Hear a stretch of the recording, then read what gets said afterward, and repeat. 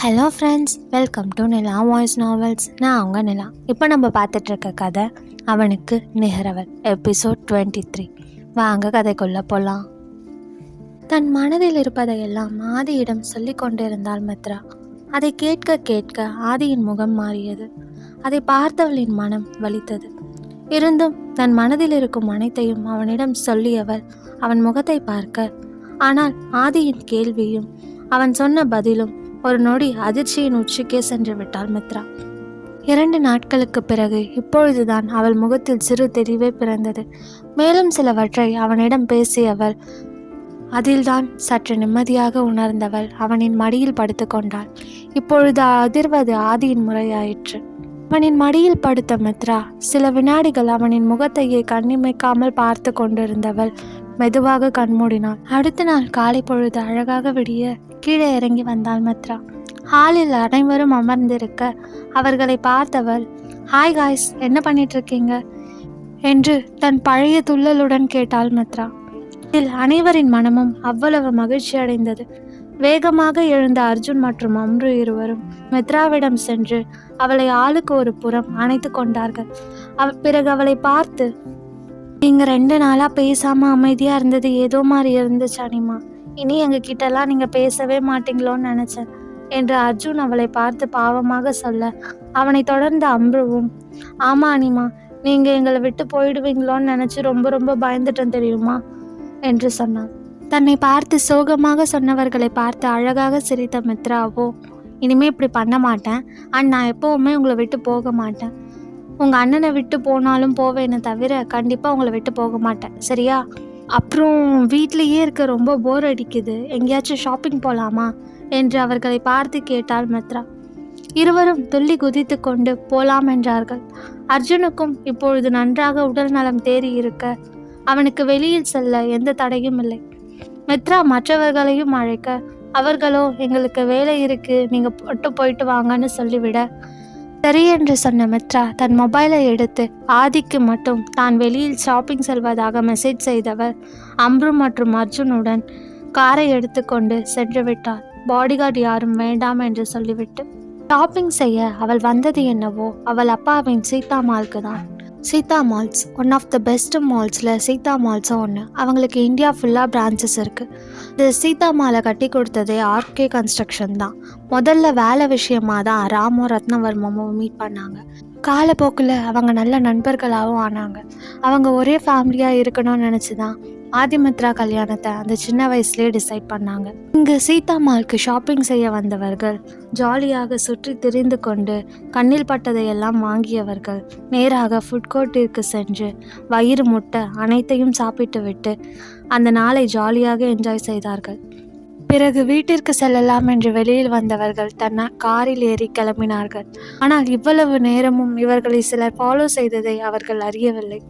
இங்கு காரில் சென்று கொண்டிருந்த போது கார் ஓட்டி கொண்டிருந்த மித்ராவை பார்த்த அர்ஜுன், செம்ம ஜாலியாக இருந்துச்சுல அனிமா, இனிமேல் அடிக்கடி இப்படி வெளியே வரலாம் என்று உற்சாகமாக கேட்ட அர்ஜுனை பார்த்த மித்ரா, கண்டிப்பாக விது, இனி நம்ம அடிக்கடி வெளியில் வரலாம் என்று சொல்ல, அதை தொடர்ந்த அம்ருவும், ஆமாம் அனிமா, இனி அடிக்கடி இப்படி வெளியில் வரலாம், ஃபேமிலியோடு வந்தால் கூட இன்னும் நல்லா தான் இருக்கும், ஆனால் அதுதான் நடக்குமான்னு தெரியல, பார்ப்போம் என்று சொன்ன அம்ருவை பார்த்த மித்ராவோ, ஏன் நடக்காது ஈஷா, கண்டிப்பாக நடக்கும், நீ வேணா பாரு, நம்ம எல்லாரும் கண்டிப்பாக வெளியில் ஃபேமிலியோடு ஒன்றா வருவோம் என்று சொன்ன மித்ராவை பார்த்த இருவரும் சரி என்று சிரித்து கொண்டே தலையசைத்தார்கள்.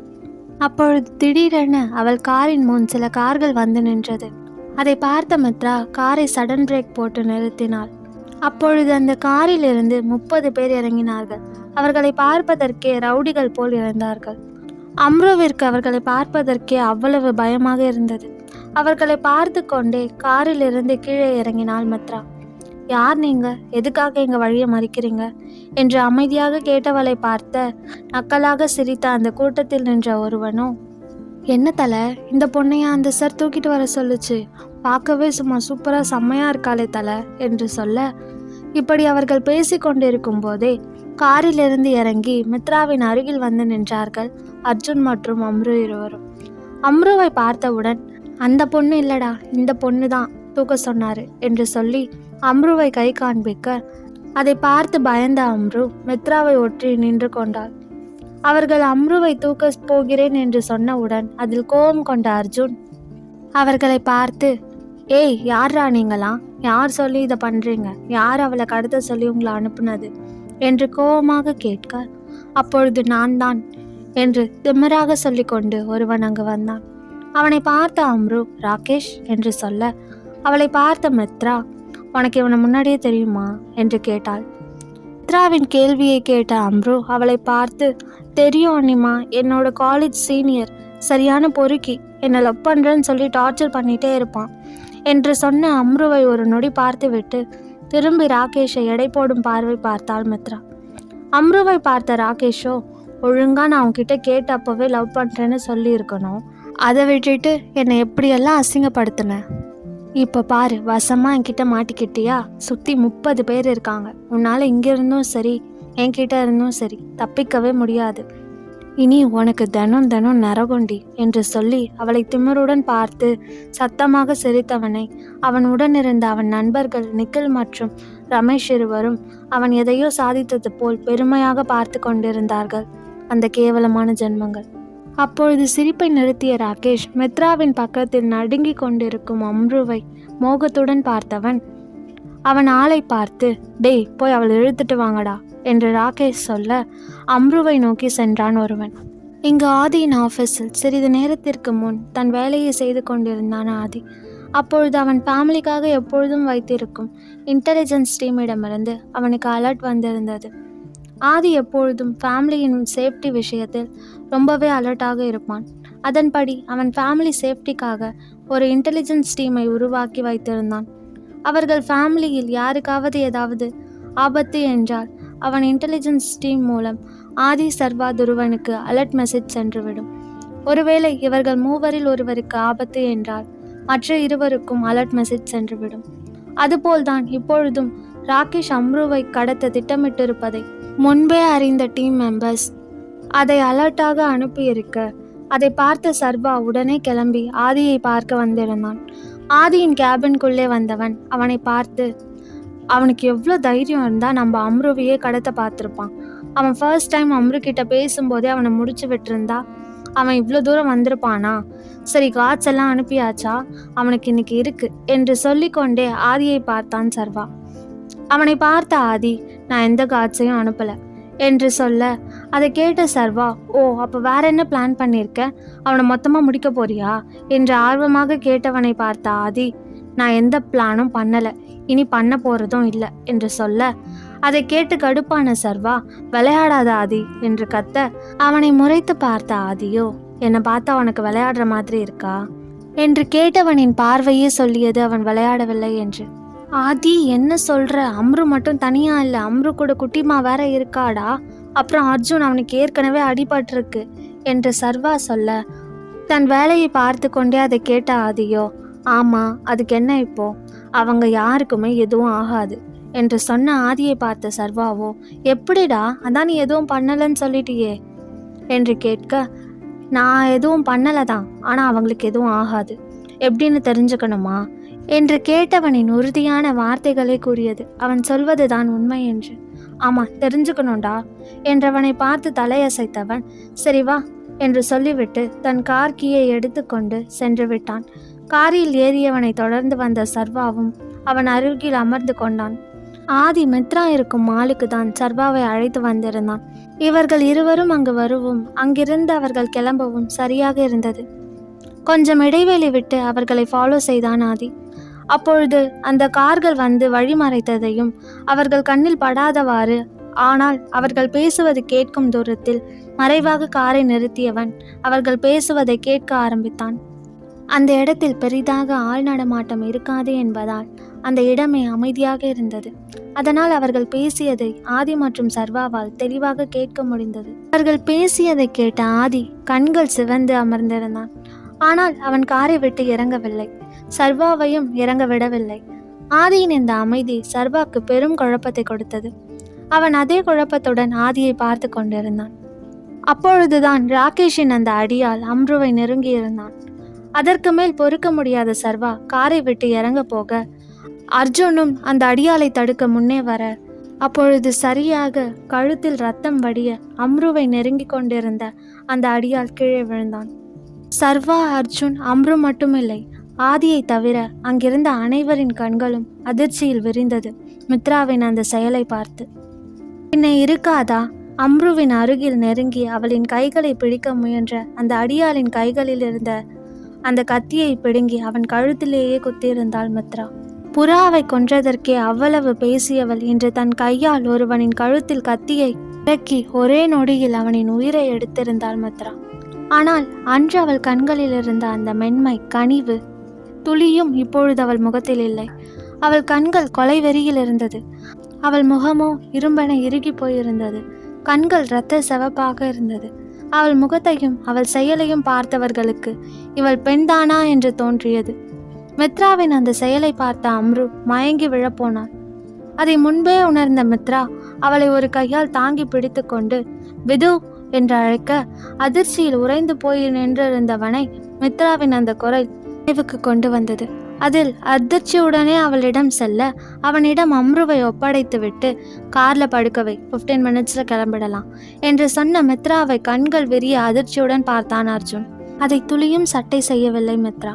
அவளின் செயலில் அதிர்ச்சியில் நின்றிருந்த அந்த அடியாட்களை பார்த்த ராகேஷோ, டேய் போங்கடா, அவ ஏதோ சீன் போட்டுட்டு இருக்கா, நீங்க ஆணு பார்த்துட்டு இருக்கீங்க, போய் அவளை இழுத்துட்டு வாங்கடா என்று ராகேஷ் சொன்னதை கேட்டு அவளை நோக்கி பார்த்த அந்த கும்பலின் தலைவனும், ஏதோ ஒரு ஆளுங்கிறதுனால லக்கு லைவ் அடிச்சு அவன் செத்துட்டான், 10 பேர் போங்கடா, அவ என்ன பண்றான்னு பார்ப்போம் என்று நக்கலாக சொல்லியவன் மித்ராவை நோக்கி 10 பேரை அனுப்ப, ஒரு நிமிடத்தில் அவளை நோக்கி வந்த 10 பேரையும் அடித்து நொறுக்கி பறக்க விட்டிருந்தாள் மித்ரா.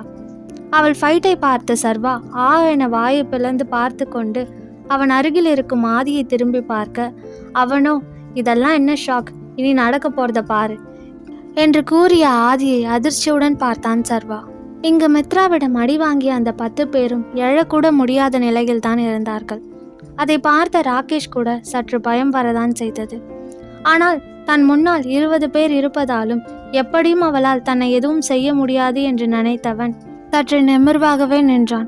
ஆனால் அவன் நினைப்பை பொய்யாக்கும் பொருட்டு அங்கிருந்த மற்றவர்களையும் சூறாவளி போல் சுழற்றி அடித்தாள் மித்ரா. அனைத்து தற்காப்பு கலைகளையும் கற்று தேர்ந்த மித்ராவிடம் அந்த ரவுடி கும்பலால் போராட முடியவில்லை. தன் பலம் கொண்டு மட்டும் அனைவரையும் அடித்து நொறுக்கியிருந்தாள் மித்ரா. பிறகு அந்த கூட்டத்தின் தலைவனையும் ராகேஷ் மற்றும் அவனது 2 ஃப்ரெண்ட்ஸையும் மட்டும் உயிருடன் விட்டவள் மற்றவர்களை திரும்பி பார்த்தாள். அவள் அடித்த அடியிலேயே பாதி பேர் இறந்திருக்க மீதி இருந்தவர்களையும் தன் காரில் இருந்த கன்னை எடுத்து சுட்டு கொன்றிருந்தாள் மித்ரா. மித்ராவின் இந்த அவதாரத்தை பார்த்த அர்ஜுனுக்கு தான் அவன் அண்ணன் ஆதியையே பார்ப்பது போல் இருந்தது. ஏன் சர்வாவிற்கும் கூட அப்படிதான் தோன்றியது. மித்ராவின் இந்த ருத்ர தாண்டவத்தை பார்த்த ராகேஷ், அந்த ரவுடி கும்பலின் தலைவன் மற்றும் ராகேஷின் நண்பர்கள் என 4 உடல் நடுங்கி போனவர்கள் அங்கிருந்து தப்பித்து ஓட போக, அப்பொழுது அவர்களை சுற்றி 30 கார்ட்ஸ் கையில் கன்னுடன் ஒரே யூனிஃபார்மில் அவர்களை சுற்றி நின்றார்கள். அவர்களை பார்த்த அந்த 4 அப்படி ஒரு பயம் தோன்றியது. ஏனென்றால் அந்த 30 பேரில் ஒருவன் ஒரு அடி அடித்தால் கூட தான் செத்து விடுவேன் என்று ராகேஷ் நினைக்கும் அளவிற்கு அவர்களின் தோற்றம் இருந்தது. அப்பொழுது அந்த பாடிகார்டின் ஹெட் ஒருவன் மித்ராவின் முன் சென்று மண்டியிட்டான். அவனை பார்த்து தலையசைத்த மித்ராவை பார்த்த அர்ஜுனுக்கு அது அவன் அனிமாவே இல்லை என்று தோன்றியது. ஏனென்றால் அவள் முகம் அவ்வளவு இறுகி இருந்தது. அவள் கண்களில் துளியும் இரக்கம் என்பதே இல்லை. அவள் பார்வையில் ஒரு திமிர் இருந்தது. அவளின் இந்த தோற்றத்தை அவளுக்கு தெரிந்த யார் பார்த்தாலும் நிச்சயம் அது மித்ராவே இல்லை என்று தான் சொல்வார்கள். பிறகு அந்த பாடிகார்டு ஹெட்டை பார்த்த மித்ராவோ, இவங்க 4 பேரையும் நம்ம இடத்துக்கு கூட்டிகிட்டு போங்க, அப்புறம் இந்த பாடியெல்லாம் டிஸ்போஸ் பண்ணிடுங்க என்று சொல்லி அவள் காரில் ஏற போக, மித்ராவை பார்த்த ராகேஷோ, என்னை விட்டுருங்க, நான் யாருன்னு தெரியுமா, எங்கள் அப்பா யாருன்னு தெரியுமா, என் மேலே கை வச்சிங்கன்னா அப்புறம் எங்கள் அப்பா உங்களை சும்மா விட மாட்டார், அவர் சென்ட்ரல் மினிஸ்டர், உங்களுக்கால எனக்கு ஏதாவது ஆச்சுன்னா அப்புறம் உங்களை சும்மா விட மாட்டார் என்று பயத்துடன் சொல்லியவனை பார்த்த மித்ராவோ நக்கலாக சிரித்துவிட்டு தன் காரில் ஏறி சென்று விட்டாள். இங்கு நடந்த அனைத்தையும், அங்கு வந்த பாடிகார்ட்ஸ், அவர்களின் யூனிஃபார்ம் என அனைத்தையும் பார்த்த சர்வா திரும்பி ஆதியை பார்க்க, அவன் முகத்தை பார்த்த சர்வாவிற்கு புரிந்துவிட்டது இந்த விஷயம் அவனுக்கு ஏற்கனவே தெரியும் என்று. அதில் அதிர்ந்த சர்வா அதே அதிர்ச்சியுடன் அவனிடம் எதையோ கேட்க வர, அப்பொழுது ஆதிக்கு ஒரு மெசேஜ் வந்தது மித்ராவிடமிருந்து. அந்த மெசேஜில், தேவ் நீ ஆஃபீஸ்க்கு கிளம்பி போ, இதுக்கு மேலே என்னை ஃபாலோ பண்ண வேணாம், இந்த ப்ராப்ளமை நான் பார்த்துக்கிறேன், ட்ரஸ்ட் மீ என்ற அந்த மெசேஜில் இருக்க, தன் மொபைலை திருப்பி அதை சர்வாவிடம் காட்டிய ஆதி, உன் தங்கச்சி கிளம்ப சொல்லிட்டான், நீ என்ன கேட்க போறன்னு எனக்கு நல்லாவே தெரியும், ஆனால் அதுக்கு பதில் நான் அப்புறம் சொல்கிறேன் என்று சொன்னவன், சரிடி என்று மித்ராவிற்கு ரிப்ளை செய்துவிட்டு தன் ஆஃபீஸ் நோக்கி சென்று விட்டான். இங்கு வீட்டுக்கு வந்த மித்ரா வாசலில் காரை நிறுத்தியவள் அவர்களை பார்த்து, உள்ளே போங்க, வெளியில் நடந்ததை யார்கிட்டையும் சொல்ல வேண்டாம், சரியா என்று கேட்க, அர்ஜுன் அம்ருவின் தலை தானாக சரி என்பது போல் ஆடியது. குட் என்றவள் தன் காரை எடுத்துக்கொண்டு வெளியில் சென்று விட்டாள் மித்ரா. உள்ளே வந்த அர்ஜுன் அம்ருவை பார்த்த ஜோதியோ, வாங்க, ஒரு வழியா வந்துட்டீங்களா என்று சொன்னவர், ஆமா மித்ரா எங்க, நீங்க 2 பேர் மட்டும் வரீங்க என்று கேட்க, அதில் தடுமாறிய அர்ஜுன் பிறகு தன்னை சமாளித்து கொண்டு, அது அனிமா ஏதோ வேலை இருக்குன்னு போயிருக்காங்கம்மா என்று சொல்ல, அதை கேட்டு ஜோதியோ, என்ன தனியா போயிருக்காளா, காலம் எவ்வளோ கெட்டு போய் கிடக்கு, ஏன் அவளை தனியாக விட்டுட்டு வந்தீங்க, அவளுக்கு ஏதாவது பிரச்சனை வந்தால் என்ன பண்ணுறது என்று கேட்க, தன் மனதிற்குள்ளேயே எது அவங்களுக்கு பிரச்சனையா, அவங்களால தான் மற்றவங்களுக்கு பிரச்சனை வரணும் என்று நினைத்த அர்ஜுனும் பிறகு ஜோதியை பார்த்து, எங்களுக்கு கொஞ்சம் டயர்டாக இருக்குமா, நாங்கள் ரெஸ்ட் எடுக்கிறோம் என்று சொன்னவன் அங்கு பேய் அறைந்தது போல் நின்றிருக்கும் தன் தங்கை அம்ருவின் கையை பிடித்து இழுத்து கொண்டு சென்று விட்டான். அவர்கள் செல்வதை பார்த்த ஜோதியோ, உண்மையாகவே டயர்டாக இருக்காங்க போல என்று நினைத்து கொண்டு அவர் வேலையை பார்க்க சென்று விட்டார். இங்கு சென்னையில் ஒரு மிகப்பெரிய வீட்டின் ஹாலில் நின்று கத்திக்கொண்டிருந்தார் சென்ட்ரல் மினிஸ்டர் சிவரஞ்சன்.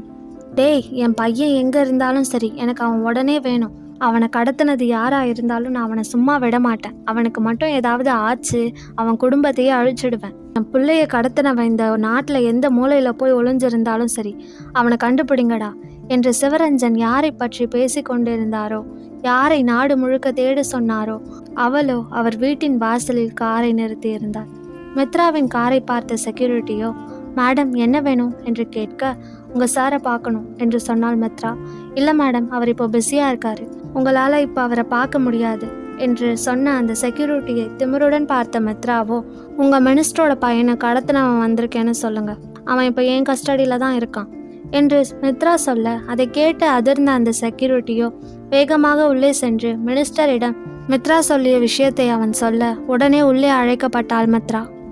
ஹாலில் உள்ள சோஃபாவில் சிவரஞ்சன் அமர்ந்திருக்க அவனை சுற்றி நிறைய அடி ஆட்களும் கட்சி ஆட்களும் நின்றிருந்தார்கள். அவர்களை ஒரு முறை பார்த்துவிட்டு சிவரஞ்சன் முன்னால் இருந்த சோஃபாவில் கால் மேல் கால் போட்டு கம்பீரமாக அமர்ந்தாள் மித்ரா. பிறகு சிவரஞ்சனை பார்த்தவள், என்னை பார்த்தா கொல்லணும் போல இருக்கா என்று நக்கலாக கேட்க, அதில் சிவரஞ்சனுக்கு கோபம் வந்ததுதான்.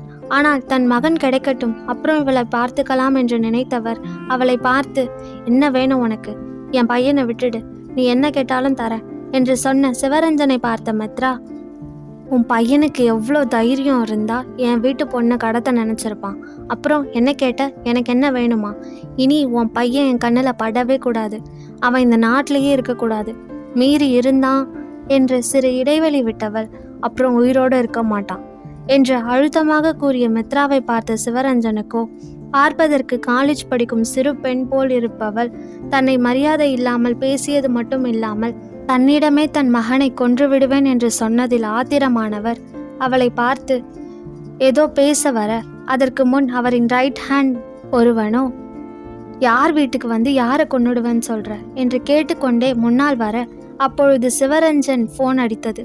அவரின் கட்சி தலைவரிடமிருந்து அழைப்பு வர, அதை பார்த்தவர் அனைவரையும் அமைதியாக இருக்க சொல்லிவிட்டு மித்ராவை முறைத்து கொண்டே அந்த போனை அட்டன் செய்து காதில் வைத்தார்.